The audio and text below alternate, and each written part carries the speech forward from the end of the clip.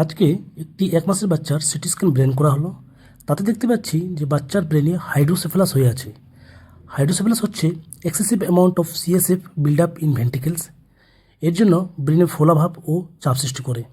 এটা হওয়ার পিছনে কারণ হচ্ছে কনজেনিটাল 1, 2 হচ্ছে after birth infection. After birth infection যেমন মেনিনজাইটিস, মাথায় চোট, মাথার ভিতরে রক্তক্ষরণ। আর্লি প্রেগনেন্সিতে কিছু ইনভেস্টিগেশন করলে এই ধরনের রোগ নির্ণয় করা সম্ভব হয়। এই হাইড্রোসেফালাসের পাশাপাশি আমরা যেটা দেখতে পাচ্ছি যে ওর massive dilation of the ventricle একটা ডাইলেট দেখতে পাচ্ছি। মাল্টিপল ফোকি অফ পেচি হাইপোডেন্সিটি দেখতে পাচ্ছি ব্রেনের মধ্যে। সংক্রান্ত হাইড্রোসেফালাস রয়েছে। তো এই ধরনের কেস কিন্তু জেনারেলি খুব কম দেখা যায়। তাহলে ব্রেনের মধ্যে এই যে কালো কালো যে জিনিসগুলো দেখতে পাচ্ছেন, এগুলো আলটিমেটলি হচ্ছে ভেন্ট্রিকেল। এই ভেন্ট্রিকেলের মধ্যে রয়েছে সিএসএফ মানে হচ্ছে সেরিব্রোস্পাইনাল ফ্লুইড। তাহলে এক্সেসিভ অ্যামাউন্ট অফ সিএসএফ থাকার কারণে ব্রেনের মধ্যে একটা কম্প্রেশন সৃষ্টি করছে এবং মাল্টিপল ফোকি দেখা দিয়েছে।